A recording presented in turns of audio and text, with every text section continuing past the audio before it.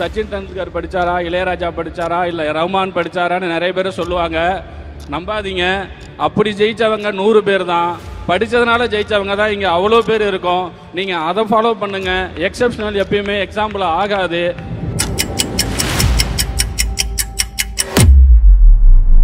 Vivo V60 Zeiss Portrait ESO Pro. Witness brilliance unfold in every curve and move with all new Vivo V60. Book now. அதுல ஒருத்தர் இளையராஜா படிச்சாரா, சச்சின் டெண்டுல்கர் படிச்சாரா, ரஹ்மான் படிச்சாரான்னு கேக்குறாங்க. அவங்களெல்லாம் அவங்க பேச்ச அவங்க நம்பிடாதீங்க. நான் என்ன சொல்றேன்னே நீங்க அதுல வாங்கல. நீங்க படத்தை எடுத்துட்டா பெரிய கல்வி அறிஞர்னு நினைச்சிட்டு வந்து கருத்து சொல்லிடுறேன். நான் என்ன சொல்றேன்னே உனக்கு புரியுது. நீ அந்த மேடல் நின்று பேசுறதுக்கு யாரு? நீ ஒரு படத்தை இயக்கிருக்க, இயக்குனர், அவ்வளவுதான். அதுக்கு என்ன காரணம்? நீ படிச்ச கல்விய என்ன? எது காரணம்? சரி, முதலமைச்சரும் துணை முதலமைச்சரும் வாங்கின கல்வி தகுதி தம்பி உதயநிதியே பேசுறாப்புல, என்னோட வகுப்பு தொடர படிச்சாப்புல, வக்கீல் ஆயிட்டாப்புலன்னு. படிச்சு வக்கீல் ஆயிட்டா, படிக்காம நான் டிப்டி சீஃப் மினிஸ்டர் ஆயிட்டேன், துணை முதல்வர் ஆயிட்டேன். அதானே அதுக்கு பொருள். அதானே அதானடா. அப்பவும் இப்பவும் எப்பவும் Adhiredi Collection Saravedi Celebration. Celebrate this Diwali with Indian Princess. Shop your favorite styles and get induction stove free. Visit your nearest store today. நீங்க எப்படி பாக்குறீங்க? சிரிக்கிறீங்க. அப்படித்தான் அண்ணனும் பாக்குறேன். கல்வியில் சிறந்த தமிழ்நாடு. எத்தனை கல்வியில் சிறந்த பேரறிஞர்கள் அந்த மாநாட்டில் பங்கேற்று, அந்த நிகழ்வில் பங்கேற்று. என்னை கேட்டா அது ஒரு பாட்டு வெளியிட்டுள்ள மாதிரி இருந்தது. ஆங்கிலத்துல உங்களுக்கு புரியுற மாதிரி சொல்லதானே, ஆடியோ ஃபங்க்ஷன் மாதிரி இருந்தது. தங்கச்சி, கல்வியை பற்றி பேசுறதுக்கு கல்வித்துறையில சார்ந்த எங்க ஐயா ஜவஹர் நேசனை பேச வைக்க வேண்டியதானே. பிரின்ஸ் கஜேந்திர பாபுன்னு ஒருத்தர் இருக்கிறாப்புல, அவரை பேச வைங்க. கல்வியில் சிறந்தவர்கள் இந்த நாட்டுல யாருமே கிடையாது. இருக்காங்களா இல்லையா? இருக்காங்கல்ல. அவங்கள யாரையாவது பேச வைக்க வேண்டியதானே. பள்ளியில ஆண்டு விழா நடக்கும்போது டாக்டர் வேஷம் போட்டு, வக்கீல் வேஷம் போட்டு, பொறியாளர் இருந்து இன்ஜினியர் வேஷம் போட்டு வருவான்ல, அவன் டெத்தாஸ்கோப்போட வருவான். அவன் அந்த மாதிரி வந்தா இது நாடகமா என்ன தங்கச்சி? நான் தான் சொல்றேன், இது திராவிட மாடல் கிடையாது, விளம்பர மாடல். அவங்களே மாடல்ட்டாங்க. இது ஒரு விளம்பரம். செய்தி அரசியல், விளம்பர அரசியலை தவிர வேற என்ன தெரியும்? வேற என்ன தெரியும்?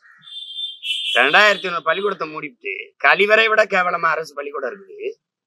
கல்வியை முதலாளிகளின் லாபம் ஈட்டுற கடையா திறந்து விட்டு கல்வியில சிறந்த தமிழ்நாடுன்னா இப்ப பாடுன என் பாட்டன் பாரதியை உதைக்கிறதா இவங்களை உதைக்கிறதான்னு தெரியல. என்னது கல்வி சிறந்த தமிழ்நாடுன்னா என்னதுல சிறந்திருக்கு? 50,000 பேர் தாய்மொழியில தேர்வு எழுத வரல 10ஆவதுல. படிச்சுட்டு வெளியில வர, பட்டம் படிச்சுட்டு வெளியில வரவனுக்கு தாய்மொழி எழுத படிக்க தெரியல. என்ன சிறக்குது கல்வியில? என்ன சிறக்குது? என்ன சிறக்குது சொல்லுங்க. ஒரு வகுப்பு போய் படிக்கணும்னா பணம் இவ்வளவு கட்டணும். முதலாளிகளினுடைய லாபம் ஈட்டுற சந்தையாக்கி விட்டுட்டு கல்வியில சிறக்குது தமிழ்நாடு. அதுல பாத்தீங்கல்ல, 5 நாளும் சாம்பாராம், எல்லாத்துக்கும் ஒரே டிஷ்ஷா. தங்கச்சி, இது ஒரு உப்மா கம்பெனி தங்கச்சி. இவங்கள போய் காலை உணவு போட்டு சமூக நீதியை காத்து, சமூக நீதி தெரியுமில்ல, கட்டடத்துக்கு பேரு செங்கல் சிமெண்ட் சாந்துக்கு பேரு சமூக நீதி. அதுவும் தாழ்த்தப்பட்ட பிள்ளைகள், ஆதி தமிழ் பிள்ளைகள் அமர்ந்து படிக்கிற கட்டடத்துக்கு பேரு சமூக நீதி. சமூக நீதியை காப்பாத்தினா சமமா உட்காந்துலாம் எல்லாம் படிக்கணும்.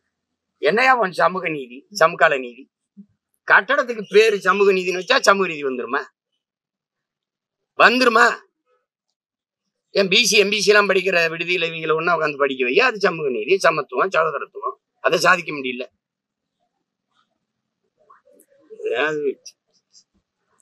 காலையிலே ஏதோ கல்வியை பத்தி, கல்வியில் சிறந்த மகான்கள், பேரறிஞர்கள் பேசும்போது நம்ம கேட்டுக்கிற வேண்டியதுதான். அப்படியா அப்படியா? அதுல ஒருத்தர் இளையராஜா படிச்சாரா, சச்சின் டெண்டுல்கர் படிச்சாரா, ரஹ்மான் படிச்சாரான்னு கேக்குறாங்க. அவங்களெல்லாம் அவங்க பேச்ச அவங்க நம்பிடாதீங்க. நான் என்ன சொல்றேன்னே நீங்க அதுல வாங்கல. நீங்க படத்தை எடுத்துட்டா பெரிய கல்வி அறிஞர்னு நினைச்சிட்டு வந்து கருத்து சொல்லிடுறேன். நான் என்ன சொல்றேன்னே உனக்கு புரியுது. நீ அந்த மேடல் நின்று பேசுறதுக்கு யாரு? நீ ஒரு படத்தை இயக்கிருக்க, இயக்குனர், அவ்வளவுதான். அதுக்கு என்ன காரணம்? நீ படிச்ச கல்விய என்ன? எது காரணம்? தனித்திறன் ஆற்றலை வளர்த்துக்கிறணும். என்ன சொல்றேன்னு தெரியல, முழு பேச்சையும் கேட்கறது இல்ல, ஏதோ கேட்டு ஒரு காரணத்தை சொல்லி கைதட்டு வாங்கிடணும். சரி, முதலமைச்சரும் துணை முதலமைச்சரும் வாங்கின கல்வி தகுதி என்ன? ஐயா மோடியோட கல்வி தகுதி என்ன? போட்டுக்கிட்டாப்டி எம்ஏன்னு. அதான் மகுவா மைத்ரா கேக்குது, உங்க கல்வி சான்றிதழை வெளியிடுங்கன்ட்டு. வெளியிட வேண்டியதானே? சொல்லுங்க. தம்பி உதயநிதியே பேசுறாப்புல, என்னோட வகுப்பு தொழில படிச்சாப்புல, வக்கீல் ஆயிட்டாப்புலன்னு. படிச்சு வக்கீல் ஆயிட்டா, படிக்காம நான் டிப்டி சீஃப் மினிஸ்டர் ஆயிட்டேன், துணை முதல்வர் ஆயிட்டேன். அதானே அதுக்கு பொருள். அதானே அதானடா தங்கச்சி. கல்வியில் சிறந்த தமிழ்நாடு, புகழ் கம்பன் பிறந்த தமிழ்நாடு கொண்டாடுவோம். வேற ஒன்றும் சொல்றதுக்கு இல்ல.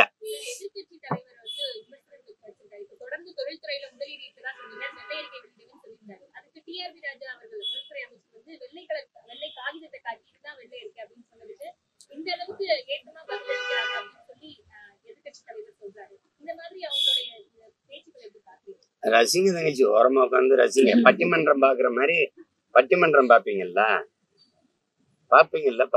தீபாவளி கூட போடுவாங்க பாருங்க. அதாவது இப்ப இத கேள்வியை கேட்கிறாருல ஐயா எடப்பாடி, அவர் ஆட்சியில முதலீட்டாளர் இழுத்து வந்தார்ல, அவங்க அம்மா ஆட்சியில, அம்மா ஜெயலலிதா ஆட்சியில் இழுத்து வந்தாங்களா, அதெல்லாம் எங்க வெள்ளேரிக்க எத்தனை தொழிற்சாலை வந்தது? உன் தொழிற்சாலை என்ன?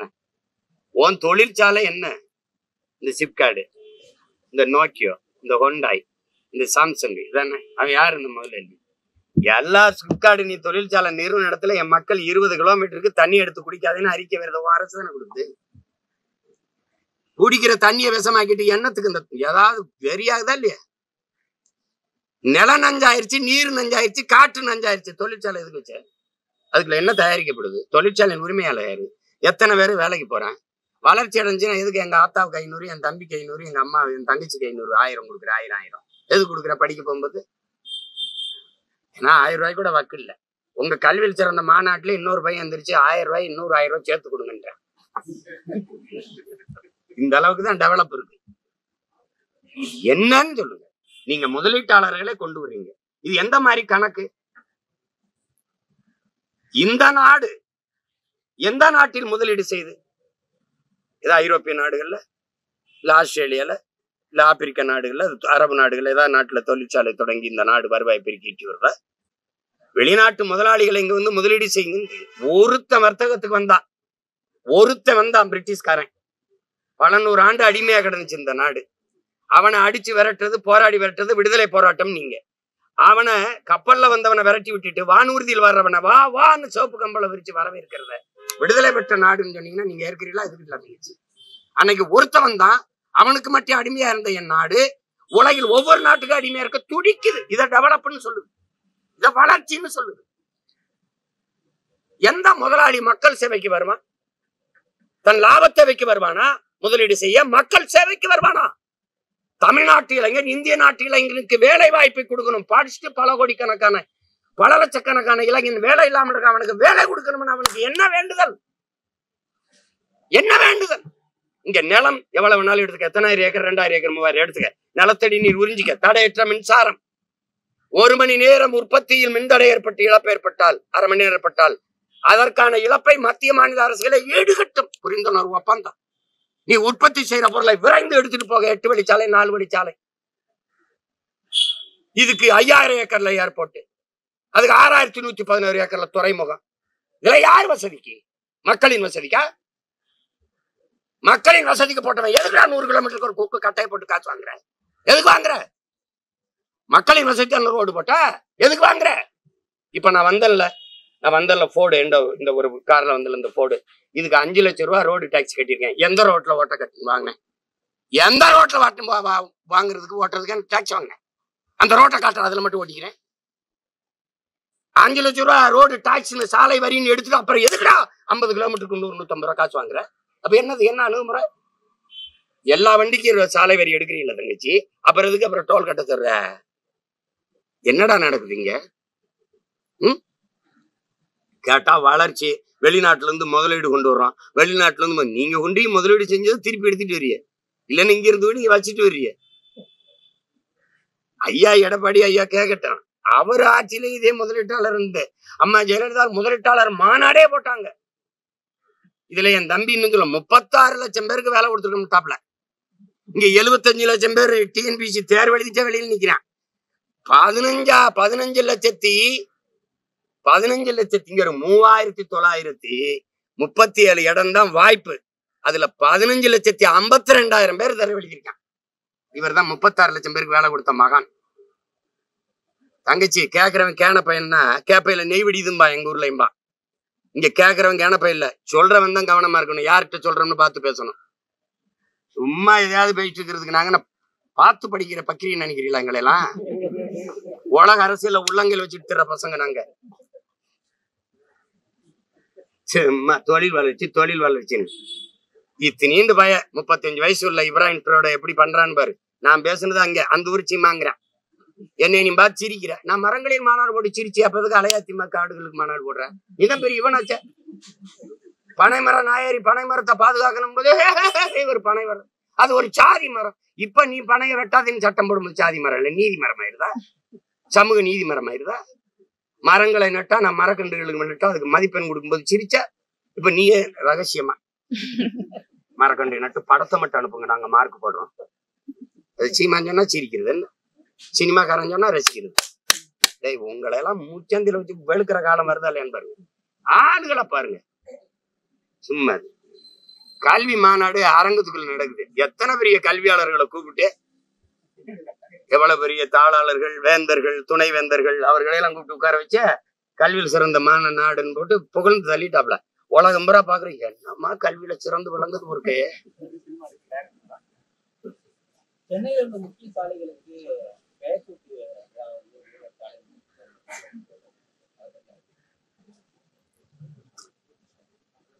அழிச்சுக்க என்ன வெண்டத்துல தர இந்த கடற்கடற்கரை கிழக்கு கடற்கரை சாலை இருக்குல்ல, அது உண்மையான பேர் என்ன தெரியுமா?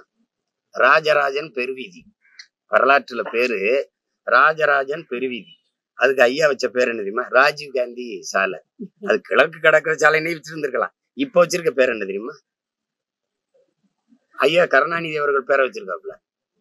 எங்க ஊர்ல வந்து தம்பி 80 வயசு 85 வயசு போனா என்ன கேட்டாலும் கொடுக்க ஆரம்பிச்சிரும். சாராயம் கேட்டா கொடுப்போம், கறி சாப்பிட்டா கேட்டாலும் கொடுப்போம், மீன் கருவாடி எது கேட்டாலும் கொடுப்போம். ஏன்னா எங்க அப்பா தாத்தா எல்லாம் சொல்லுவோம் பெரியவங்களா விடுப்பான்னு ஒரு 4-5 சந்தைக்கு இருப்பாப்ல. அது நல்லது உள்ளதை கொடுங்கப்பா, கடைசி காலத்துல வாய்க்கு ருசியா சாப்பிட்டு போகட்டும்னு. அப்படி இன்னும் கொஞ்ச நாள் இருக்க போறாங்க. அவங்க இஷ்டத்துக்கு பேரை வச்சுட்டு போக வேண்டியதுதான். நீங்க நாடக உலகின் தந்தை சுவாமி சங்கரதாசன் என் தாத்தனுக்கு பேர் இருந்ததுல அந்த கலைமன்றத்து பேர் எதுக்கு மாத்தினீங்க? எல்லா சிலையும் தெருவில் இருக்கு, எங்க தமிழ் தாய் சிலையை எதுக்கு இடிச்ச? அப்ப சேட்டை தானே. ஜல்லிக்கட்டுக்கும் ஐயா கருணாநிதிக்கு என்ன சம்பந்தம் இருக்கு? எதுக்கு அந்த வளாகத்துக்கு ஏன் தாத்த முகத்தவர் பேரை வைக்கல? 4ஆம் தமிழ்ச்சங்கம் வச்சு தமிழ் வளர்த்த என் பாட்டன் வள்ளல் பாண்டித்துரை தேவர் இருக்கான்ல, அவன் பேரை அங்க கட்டின நூலகத்துக்கு ஏன் வைக்கல? எல்லாத்துக்குமே உங்க அப்பா. அப்ப என்ன நினைக்க தோணுது? சரி வச்சு அழகு பார்த்துட்டு போங்க. மொட்டை அடிக்கிறதுக்கு முன்னாடி நல்லா சீவி பூ வச்சு ஒரு மொட்டை எடுத்து போவான். 1/2 மணி நேரத்துல மொட்டை அடிக்க போறோம். அதனால நல்லா நல்லா ஒரு போட்டோ கூட எடுத்துக்கடாடே. அது அந்த கதை தான். அது அதனால ரசிச்சுக்க. இது எத்தனை நாளைக்கு இருக்கும்? நீங்க வச்சுட்டு போனா நான் வந்து மாத்துவேன் தம்பி, நான் வந்து மாத்துவேன். இப்ப நான் சொன்னல இந்த பேரெல்லாம் வைப்பேன். அந்த ஜல்லிக்கட்டு வளாகம் சரி கட்டிட்டாங்க, நம்ம காசுதான் போடுறா தாத்த மூக்கேத்தவர் போடுவேன். கல்வி தந்தை இங்க என்ன பேரு? வள்ளல் பாண்டித்துரை. 4ஆம் தமிழ்ச்சங்கம் வச்சு தமிழ் வளர்த்த பாட்டன் வள்ளல் பாண்டித்துரை தேவர் நூலகம் போடுவேன். என்ன பண்ணுவ நீ? ஏதோ ஆசைப்படுறாரு வச்சு அழகு பார்க்கிறாரு. தமிழ்நாட்டில் செயல்படுத்தப்பட்டுள்ள காலை உணவு திட்டத்தை தெலுங்கானால அவரை நினைச்சு நான் வருந்துறேன். நாங்க தான் சோத்துக்கு செத்த பயமக்களா இருக்காங்க. அவங்களையாவது தன்மானத்தோட வாழ விடணும். காலை உணவு உப்புமா தானே. நீ வரைய போமா 2 பேரும். ஆனா சொல்லாம போகணும், சொன்னா மாத்திவாங்க. காலையில 5 நாள் உப்புமாங்க. அதனாலதான் நான் சொன்னேன் இது உப்புமா கம்பெனி. நாங்கெல்லாம் திரைப்படம் தயாரிக்கும் போது எப்படின்னு உப்புமா கம்பெனின்னு ஒழுங்கா காசு தர மாட்டாங்க. ஒழுங்கா அதுக்கு பேரு தம்பி 60 வருஷமா நாங்க ஆண்டுருக்கோம். மாறி மாறி திமுக மதிய உணவு என் தாத்தன் போடும்போது அன்னைக்கு விடுதலை பெற்ற காலத்துல இவ்வளவு வருவாய் பெருக்கல்ல, கல்வி போய் சேரல, பிள்ளைகளை படிக்க வைக்க என்னன்னா அவனுக்கு வரல. அவனுக்கு ஆடு மாடு மேய்க்க போனாதான் சாப்பாடு. படிக்கணும்னா என்ன பண்றது, ஒருவேளை சாப்பிடணும்னு நாங்க ஆடு மாடு மேய்க்க போகலைன்னா எப்படி சாப்பிடுறதுன்னு கேட்டான். சரி சாப்பாடு போட்டா வருவானா, சரி நோட்டு புத்தகம் வாங்கல, நோட்டு புத்தகம் தாரேன், சீருடையில போட்டுக்கிற துணிமணியில சீருடையும் தாரேன் அப்படி சொல்லி அவன் படிக்க வச்சான்னா அன்னைக்கு தேவை இருந்தது. 60 அவனுக்கு பின்னாடி இவ்வளவு காலம் ஆண்டு விட்டு காலை உணவு சாப்பிட்டுட்டு வர முடியலடா என் மகனும் பள்ளிக்கூடத்துக்கு. அப்ப எவ்வளவு வறுமையில என் ஆத்தால பண்ணி வச்சிருக்க. காலை ஒரு உணவு சாப்பிட்டுட்டு வீட்டுல இருந்து வர முடியல, இங்க வந்துதான் சோறு போடுறேன்னு பெருமையா பேசுறேன். எல்லாருக்கும் சோறு 1000 ரூபாய் காசு, பஞ்சப்படி, ஒரு பராரி கூட்டமா துப்புரவு பணியாளர்னா காலை உணவு போடுறோம் உங்களுக்கு. இது எப்படி பாக்குறது?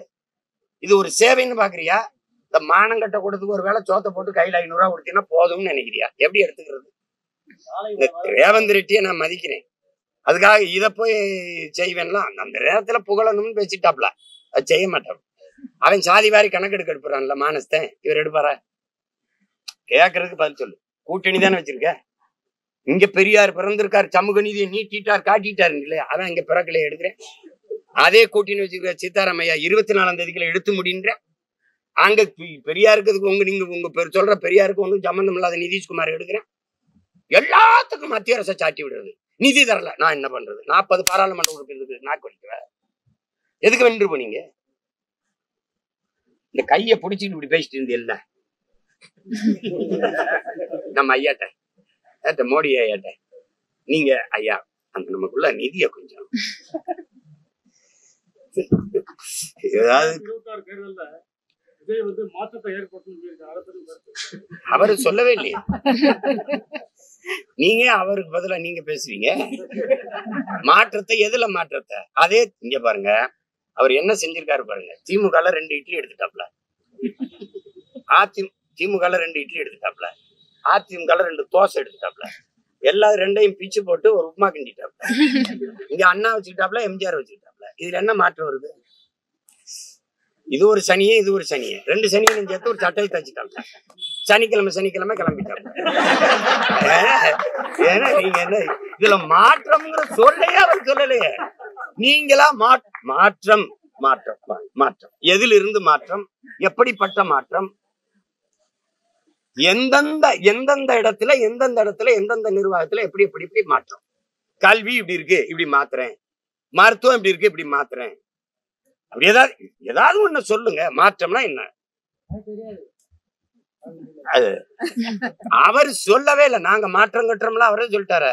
அதெல்லாம் நாங்க பேச மாட்டோம், நாங்க ஸ்ட்ரைட்டா பாயிண்ட்டுக்கு வந்துருவோம்னு. இதுவரை ஒரு பாயிண்ட்டுக்கும் இல்ல, 2 பாயிண்ட்டுக்கு பேசுறாப்புல. நாளைக்கு கரூர் பேசி நாமக்கல் 2 பாயிண்ட். அதான் அவருடைய பாயிண்ட்னா என்ன? நாங்க சாத்தியம் இல்லாதத பேச மாட்டோம் அப்படின்னு. சாத்தியத்தை தான் பேசுவோம். எது சாத்தியம்? அவருக்கு சொல்லிக் கொடுங்க. எது ஒன்றும் சாத்தியத்திலிருந்து பிறந்ததில்லை, தேவையிலிருந்து தான் பிறக்குது. சாத்தியம் இல்லாத ஒன்றை சாத்தியப்படுத்துவதற்கு பேர் தான் சாதனை. சாதாரணமான மக்கள் அசாதாரணமான ஒன்றை கனவு காண்பதற்கு பெயர் தான் புரட்சி. அதுதான் முயற்சி, அதுதான் ட்ரீம், அதுதான் கனவு. அது சொல்லிக் கொடுக்கணும். அவர் அதெல்லாம் சொன்னா கேட்கிற மாதிரி இல்ல. அண்ணன் சொல்றாரு, என்னமோ சொல்றாரு, கேட்போம்ட்டு விமர்சிக்கிறாரு. இது விமர்சிக்கிறது இல்ல. இப்ப சரி விட்டுருவான். நானு 2010 கட்சி ஆரம்பிச்சேன். இப்ப 26 வரைக்கும் 26 தேர்தலில் நிக்க போறேன். எனக்கிட்ட என்ன ஆட்சி 5 வருஷம் கொடுத்து நான் அதை அழிச்சேனா, நாட்டை கொள்ளையடிச்சனா, ஊழல் லஞ்சத்துல ஊறி தெளிச்சனா, மலையை வெட்டினா, மணல் அள்ளனா, கொலை பண்ணனா, கொள்ளையடிச்சனா, என்ன செஞ்சேன்? என்னை எதுக்கு எல்லாரும் விமர்சிக்கணும் சொல்லு? அதிகாரத்துல இருக்கிறவன், அநியாயம் செய்யறவன், ஊழல் லஞ்சத்துல ஊறி திளைக்கிறவன், வளத்தை சுரண்டி கொள்ளையடிக்கிற கொடுக்கிறவனை பேசாது, எந்த விமர்சனம் வைக்காது. இதையெல்லாம் தடுக்க போராடுற எங்கள் மேல விமர்சனம் வைக்க காரணம் என்ன? எல்லாரும் எதிர்க்கிறாங்கல்ல, காரணம் என்ன? நாங்களே அதை பொருள்படுத்துறது இல்லை. ஏன்னா விமர்சனத்தை தாங்க முடியாதவன் விரும்பியதை அடைய முடியாது. அவதூறுகளையும் அவமானங்களையும் கடக்க முடியாதவன் அற்ப வெற்றியை கூட தொட முடியாது. அந்த தத்துவத்தை கற்ற பிள்ளைகள், போய என்னை விமர்சிக்கிறது உன் வேலை, உனக்கும் சேர்த்து போராட வேண்டியது என் வேலை, அவ்வளவுதான். நாங்க ஏற்றுக்கொண்ட கோட்பாடு விமர்சனத்தை உரமாக்கு, அதன் லட்சியத்தை மரமாக்கு. வேர்க்காம விளையாட முடியாது, விமர்சனம் இல்லாம வளர முடியாது. விமர்சிக்கிறவன் என்னை பார்த்து பயப்படுறான், ஏன் அதிகமா விமர்சிக்கிறான், அவன் ரொம்ப பயப்படுறான். அவ்வளவுதானே. கேட்கறதுக்கு பதில் தான் சொல்லணும்.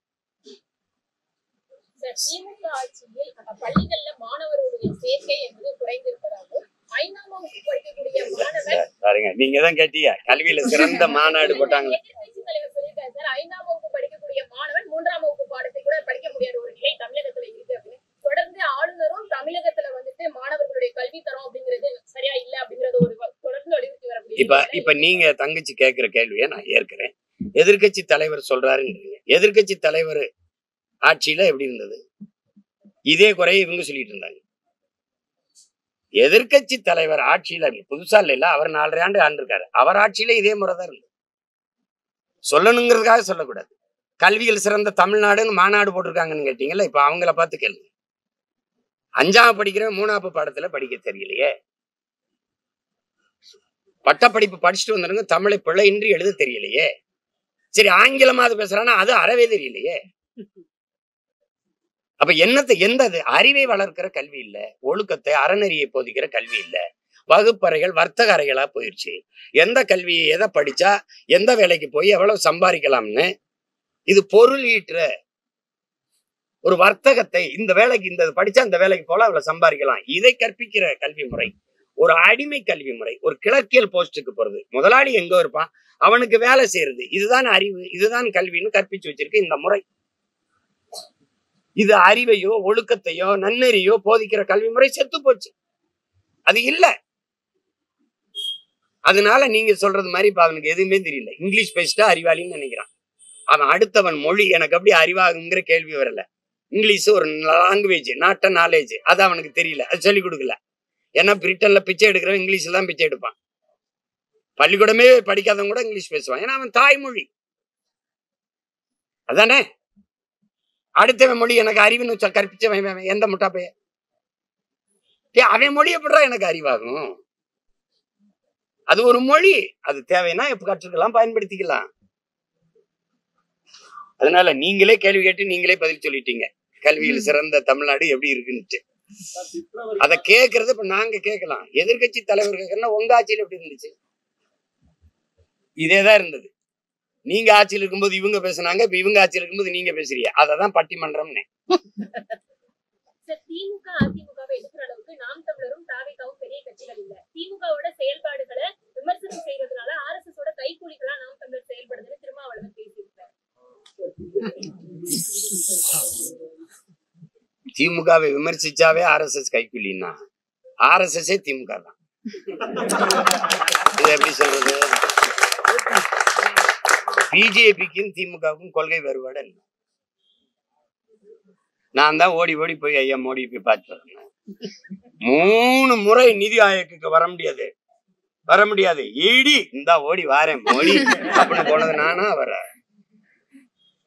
பக்கத்துல ஐயா சந்திரபாபு நாயுடு வச்சுக்கிட்டு அப்படி இப்படி கையை பிடிச்சி பேசிட்டு இருந்தது யாரு? தங்கச்சி, நான் கேட்கறதுக்கு பதில் சொல்றேன். ஐயா இலகணேசன் இறந்துட்டாரு. அவர் யாரு? பிஜேபியில RSS உறுப்பினர், மூத்த உறுப்பினர், பிஜேபியில ஒரு பெரிய தலைவர். அவரு நாடாளுமன்ற உறுப்பினரா தேர்வு செய்யப்பட்ட மாநிலங்களவை உறுப்பினரா, நாகாலாந்துக்கு ஆளுநரா இருந்தவர். அவர் இறந்துட்டார். இறந்தா அவர் எந்த கட்சி? பாரதிய ஜனதா. அதுக்கு மாலை வச்சு வணக்கம் செலுத்தணும். இங்கே இந்த மாநிலத்தில் ஒரு தலைவர் இருக்காரா இல்லையா, மாமா நயனார் நாகேந்திரன், அவர்கிட்ட கொடுத்து மோடி என்ன சொல்லியிருக்கணும்? ஐயா மோடி பிரதமர், என் சார்பான வணக்கத்தை மலர்வனை வச்சு நீங்க செஞ்சிருங்க. அது அவருக்கு. இல்ல ஆளுநர் RN ரவி அவங்க ஆளு வச்சிரு. இல்ல தம்பி எல் முருகன், இந்த முருகா வணக்கத்தை வச்சிரு. இல்ல அம்மா நிர்மலா சீதாராமன் அவங்க வரலைன்னா ஐயா மூப்பனாருக்கான வணக்க நிகழ்வு 3 நாள் கழிச்சு வந்தாங்க. அப்ப அன்னைக்கு போய் அம்மா நீங்க போய் உங்க ஊரு நீங்க போய் மரியாதை வச்சுட்டு வந்துருங்க, வச்சிருக்கலாம். இல்ல எதிர்கட்சி தலைவர் அவங்க கூட்டணி வச்சிருக்க தலைவர் ஐயா எடப்பாடிகிட்ட கொடுத்து இந்த மலர் வளையத்தை வச்சு வணக்கத்தை செலுத்துங்கன்னு சொல்லலாம்.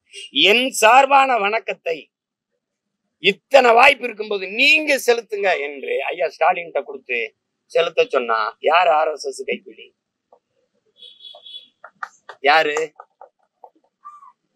இங்க பாருங்க, ஆபரேஷன் சிந்தூர் 1000 கேள்வி கேட்டேன், நான் யார்ட்டையும் பதில் இல்லை.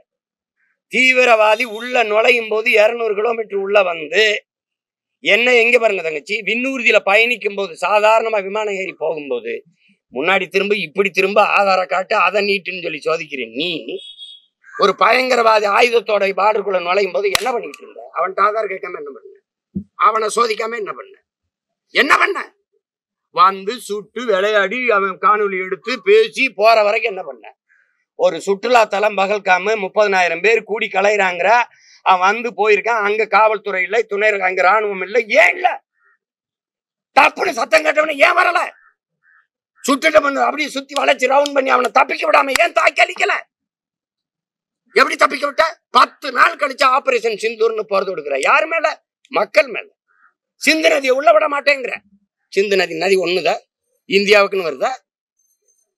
சண்டை போட்டா எல்லாம் போட்டு இந்த மக்கள் மேல் தாக்குதல் நடத்தினதுக்கு முதல்ல அதை பாராட்டி பேரணி நடத்தின மகான் யாரு? பாரதிய ஜனதா ஆளுகிற மாநிலங்களின் முதலமைச்சர் கூட போகல. கொடியை பிடிச்சுக்கிட்டு எல்லா கட்சியும் கூட்டிக்கிட்டு இந்த வீதியில நடந்து போன பெருமகன் யார்? உங்க RSS கைக்குலிதான்.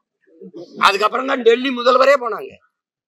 ரஷ்யால போய் இந்த நாட்டின் தூதுவரா போய் ஆபரேஷன் சிந்தூர் எங்க நாட்டை பாதுகாக்க இதை விட வழி இல்லை என்று பேசின பெருமகள் யார்? அம்மையார் கனிமொழி. வாய்க்கு வரதெல்லாம் பேசிக்க கூடாது. உன்னை எதிர்த்து பேசினா எந்த கருத்துல எதிர்த்து பேசணுமா பதில் தான் சொல்லணும். RSS கைக்குலி. விஜய் எடுத்து பேசினா திமுக கைக்கூலி, திமுக எடுத்து பார்த்தா RSS கைக்கூலி.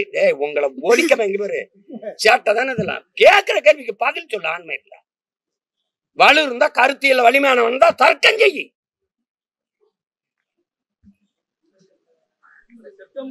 இதே பிஜேபியோட கூட்டணி வைக்கும் போது, திமுகவோட கூட்டணி வைக்கும் போது இதே இதுல எங்க அண்ணன் எம்எல்ஏ வரந்தாரா இல்லையா? பிஜேபி கூட்டணியோட.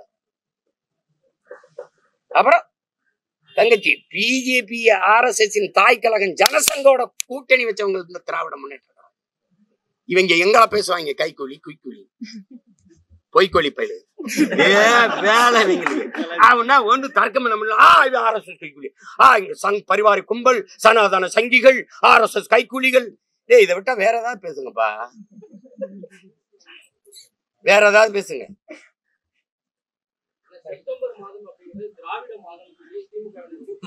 தீண்டத்தகாத மாதம், திராவிட மாதம்னா இந்த பீடை மாதம்னு ஒன்று சொல்லுவாங்க. அந்த இளவு மாதம் தீண்டத்தகாத மாதம். எங்களை போய் எதையோ விடு, கர்மத்தை கூட்டு காலண்டர் அந்த ஒரு மாசத்தை மொத்தமா கிழிச்சூர போட்டு வேற ஏதாவது கேளுப்பா. உருப்படியா அதான் காலையிலேயே என்ன நான் ரொம்ப தூரம் வர பயணிச்சு போகணும் தர்மபுரிக்கு. அதான் அண்ணன் பேசும்போது ஏவராக பேசுவான், இதெல்லாம் சாத்தியமா, இதெல்லாம் இதா அப்படின்னா. பைத்தியக்காரன் நான் சொல்லடா. காந்தி கண்ட கனவு என் தாத்தின் ஜேசி குமரப்பா சொன்னது தற்சார்பு பொருளாதாரம்னது. அம்மையார் இந்திரா காந்தி தற்சார்பு பொருளாதாரம் தான் ஒரு நாட்டின் எதிர்காலத்திற்கும் அதன் பாதுகாப்புக்கும் நல்லது. படிக்காத என் தாத்தா எங்களை எல்லாம் படிக்க வச்ச மேதை. இதே சென்னை கடற்கரையில மெரினா கடற்கரையில அந்த மாநாட்டுல புறங்கை கட்டிட்டு பேசுறான். ஏப்பா சோத்துக்கு ஊரா நாட்டுல கையேந்திரதுக்கா போராடி சுதந்திரம் பெற்றோம், ஊழோ கஞ்சி இருக்கிறத குடிச்சிட்டு குடிசையில நிம்மதியா படுப்போம்டா. அதான் தற்சார்பு பொருளாதாரம். இன்னைக்கு ட்ரம்ப் ஒரு வரிய போட்டவன்னு தெரியுது, ஆஹா இது சிக்கல்றான்னு. கொரோனாவிலேயே நீ எச்சரிச்சிருக்கணும் தம்பி. தவிர்க்க முடியாத ஒன்றுக்குத்தான் பிற நாட்டை சார்ந்திருக்கணும். மத்தவனும் சரி நம்மளும் சரி எல்லாத்துக்கும். வெங்காயம் பருப்பை நீ விளைய வச்சு தர முடியல இவ்வளவு வளம் மிகுந்த நாட்டுல. வெங்காயம் பருப்ப வெங்காயத்தை பாலைவன நாடு எகிப்துல இருந்து இறக்குமதி செய்து என் நாடு. இது எவ்வளவுக்கு எவ்வளவு? போர் விமானமா ரபேலா பிரான்ஸ்ல வாங்கு, துப்பாக்கியா ரஷ்யால வாங்கு, பீரங்கியா இஸ்ரேல்ல வாங்கு. எந்த நாட்டோட சண்டை விட்டு என்னை காப்பாத்துவ? எந்த நாட்டுல? கேவலம். இப்பதான் வருது மெதுவா சுயசார்பு, தற்சார்பு, மக்களுக்கு இருக்கிற சவால். இதத்தாங்க நாங்க ரொம்ப நாளா கத்திக்கிட்டு இருக்கோம். வாயா தற்சார்பு, பசுமை, தாய்மை பொருளாதாரத்துக்கு வாயா, வேளாண்மையை முன்னிறுத்தி கட்டமைக்கிற பொருளாதாரத்துக்கு வாயா. உலகம் பூரா சொல்றான்யா. இங்கிலாந்து பொருளாதார ஜான் ஆண்டனி ஆலன் சொல்றான், ஆசிய கண்டம் தாண்டா, ஆசிய நாடுகள் தாண்டா தங்கத்தையும் பணத்தையும் வச்சு பொருளாதாரத்தை மதிப்பிடுது. ஐரோப்பிய நாடுகள் முழுக்க வந்துருச்சுடா நீர் பொருளாதாரத்திற்கு. எந்த நாடு நீரை அதிகமா வச்சிருக்கோ அந்த நாடு தான் பொருளாதாரத்தில் மேம்பட்ட நாடுன்னு வந்துட்டான்டான்னு வந்துட்டான். நீர் பொருளாதார கொள்கைக்கு வந்துட்டான். பிரான்ஸ் ஆரஞ்சு பழத்தை ஏற்றுமதி செஞ்சுக்கிட்டு இருந்தான். ஒரு பழத்தை கையில வச்சு பார்த்தா இது 50 லிட்டர் தண்ணீரை குடிக்குது. சரி நிப்பாட்டுறா. 50 லிட்டர் ஒரு பழம் புளிஞ்சா அரைக்கோலை கூட வர மாட்டேங்குது, இது 50 லிட்டர் குடிக்குது. சீனம் பன்னிக்கறியை விரும்பி சாப்பிட்டான். 8500 லிட்டர் தண்ணீரை குடிக்குது, 1 கிலோ கறி மேட்சைக்கு வர நிப்பாட்டுறான்ட்டான். அப்ப என்ன பண்ணலாம்? இறக்குமதி செய்யலாம். அவன் எச்சரிச்சுக்கிறான். ஒரு காரை தயாரிக்க 4,50,000 லிட்டர் தேவைப்படுது. இவன் 50,60,000 50 லட்சம் 60 லட்சம் காரை 50,60,000 காரை ஏற்றுமதி செஞ்சுக்கிட்டு இருக்கான். ஒரு ஆண்டுக்கு ஒண்ணுக்கும் தயாரிச்சு எத்தனை லட்சம் காரை ஏற்றுமதி செய்யறான். அப்ப எவ்வளவு கண்ணுக்கு தெரியாத தண்ணீர் தான் மறை நீர், வெர்ச்சுவல் வாட்டருங்கிறான். இவன் ஏன் இதே கொண்டாய் முதலாளி ஏன் அவன் நாடு கொரியாவில் இந்த காரை வைக்கல? ஏன்னா அவன் நீர் வளத்தை பாதுகாக்க நினைக்கிறான். இங்க நாதியற்ற பயமக்க தலைவன் இல்ல, தன் நிலத்தை வளத்தை தண்ணீரை பற்றி கவலைப்பட அவனுக்கு தேவையில்லை. கமிஷன் நீ வச்சு திறந்துக்க, எனக்கு 500 கோடி கொடுப்பியா, இந்த கையெழுத்து. அதனாலதான் இவனை புரோக்கருங்கிறோம், அதனாலதான் நீ தரகருங்கிறோம். தலைவன்னா அவனுக்கு தெரியும், தரகர்னா என்ன தெரியும்? கமிஷனை தான் குறி வைப்பான். தலைவன்னா மக்களின் நலனை குறி வைப்பான், அதை பத்தி கவலைப்படுவான். விஜய் அவர்கள் பிப்ரவரி இறுதி வரைக்கும் அந்த சனிக்கிழமை தோறும் அடுத்து எலெக்ஷன் வந்துடும் போது அது ஒண்ணு இல்லை. என் தம்பியை வாழ்த்துறேன். அவர் பயணங்களுக்கு மழை இடையூறு இல்லாம அவருக்கு உதவணும், சந்திக்கட்டும். அதுல ஒண்ணும் இல்லை. அது அவர் விருப்பம், அவர் கட்சி, அவர் எப்படி கையாளணும்னு நினைக்கிறாரோ அது இதெல்லாம் ஒண்ணு. அது அவர் தானே அதை முடிவு செஞ்சுக்கணும். அது ஒன்றும் பேச முடியாது. வேற ஏதாவது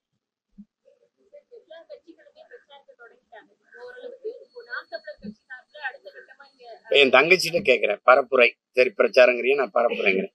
என்ன பரப்புரை செய்யறாங்க? சொன்னார்களே செஞ்சார்களா? சொன்னார்களே செஞ்சார்களா? செய்வீர்களா? இப்ப எங்க ஊர்ல தண்டல்காரன் ராஜாதி ராஜ ராஜ மார்க்கண்ட வருகிறார் அப்படின்னு இப்ப வந்து இங்கே இந்த இடத்தில் தொடர் வண்டி விடுகிறீர்களை விட்டார்களா? அங்கே வந்து அதை செய்தனர்களை செஞ்சார்களா? கோர்ட்ல தங்கச்சி இது பரப்புரைன்னு நினைக்கிறீங்க? இதெல்லாம் ஒரு பரப்புரைன்னு நினைக்கிறீங்க? மக்களின் வலியை மனதிலிருந்து ஒருத்தர் மொழியில எடுத்து பேச முடியல அப்படின்னா என்ன? ஒரு வீட்டு பாடம்னு ஒண்ணு இல்லையா? ஐயா ஸ்டாலின் எவ்வளவு காலமா அரசியல் இருக்காங்க, துணை முதல்வரா இருந்திருக்காங்க, முதல்வராயிட்டாங்க. நிறைய பேர் அவருக்கு தரவுகள் எடுத்து கொடுக்க ஆள் இருக்கு, கூட உதவியாளர். ஐயா எடப்பாடி பழனிசாமி ஒன்றிய செயலாளர் இருந்து, மாவட்ட செயலாளர் இருந்து, பொதுப்பணித்துறை அமைச்சரா இருந்து, முதல்வரா வந்து இன்னைக்கு எதிர்கட்சி தலைவர் இருக்கு, கூடவே ஆள் இருக்கு. இப்ப எந்த ஊருக்கு போறோம்? கரூருக்கா? கரூர்ல என்ன பிரச்சனை இருக்கு, என்னென்ன தொகுதியில என்னென்ன பிரச்சனை கொடுங்க. அந்த தரவுகளை ஒரு 4 நிமிஷம் 5 நிமிஷம் தான் பேசுறீங்க. அதை நினைவுல வச்சு பேச முடியலன்னா உங்களுக்கும் மக்களுக்கும் எவ்வளவு தூரம் இருக்கு. இப்ப இவ்வளவு காலம் அதிகாரத்தில் இருக்கும்போது எந்தெந்த இடத்துல என்னென்ன இடத்துல மக்களுக்கு என்னென்ன பிரச்சனை இருக்கும் கூட தெரியாம நீங்க எங்களை ஆட்சி செஞ்சுக்கிட்டு இருந்திருக்கீங்க. என்ன தங்கச்சி பரிச்சயவாத மனத்துல வச்சு எழுதணும், பார்த்துதான் எழுதுவேன் அடம் பிடிச்சிட்டு இருந்தா ரொம்ப கஷ்டம். அவ்வளவு மக்கு மாணவர்களுக்கு இங்க மதிப்பெண் கிடையாது. பார்த்து படிக்கும் போதே அது மண்ணரிப்பா மீனரிப்பா, அது நீடாமங்கலமா பீடாமங்கலமா, ரொம்ப கஷ்டம். நான் உண்மையிலே வெக்கப்படுறேன். ஒண்ணு என் முன்னோர்கள் காலத்துல பிறந்து செத்து இருக்கணும், இல்லைன்னா காக்க குருவி நாய் நிறையா வந்தாலும் 4 வீட்டு நக்கியாவது செத்து இருந்திருக்கலாம். மானங்கட்ட இந்த இனக்கூட்டத்துல பிறந்ததுக்கு வெக்கப்படும். அதுல இந்த பாருங்க, இவங்க எல்லாம் பார்த்த வேலைதான். எதுக்கு இந்த இனத்துக்கு ஒரு விடுதலை, ஒரு நாடு, எப்படியா பிச்சு எடுத்து சேர்த்துருப்போங்கடான்னு போயிருந்திருக்கலாம். உசி பேத்தி ரணகலமாய் கைப்புள்ள கதையா நாங்க அடி வாங்கிக்கிறோம். வாங்கிக்கிறோம். வேற என்னடா, வேற ஏதாவது கேள்வி?